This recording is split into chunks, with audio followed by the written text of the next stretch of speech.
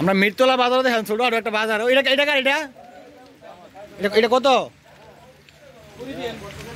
1,20,000 1,20,000 সেই দেখেন গরু কিন্তু দেখতে অনেক সুন্দর ঠিক আছে না এটা কার এটা আজগর এটা এটা কত ভাই 2 লাখ না বেশি না আরে সিরিয়াসলি 1,60,000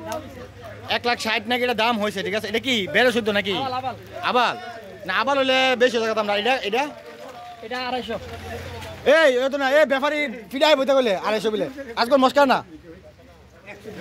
120 এটা হচ্ছে আপনার এই 120 কালো আর এটা এটা 130 আর এটা এটা হচ্ছে আপনার 1 লক্ষ এগুলো আমার কাছে দেখতে অনেকটা চয়েসফুল ঠিক আছে দেশি গরু অনেক সুন্দর আর এটা 120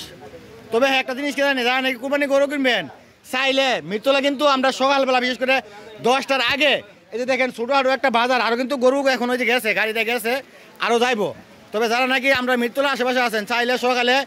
আপনার 7টা থেকে 10টা পর্যন্ত এই মিরতলা দেখো কিনতে পারেন গরু ঠিক আছে তো আয়েন ওই যে আরো যাইতেছে গরু যাইতেছে ওই কত কত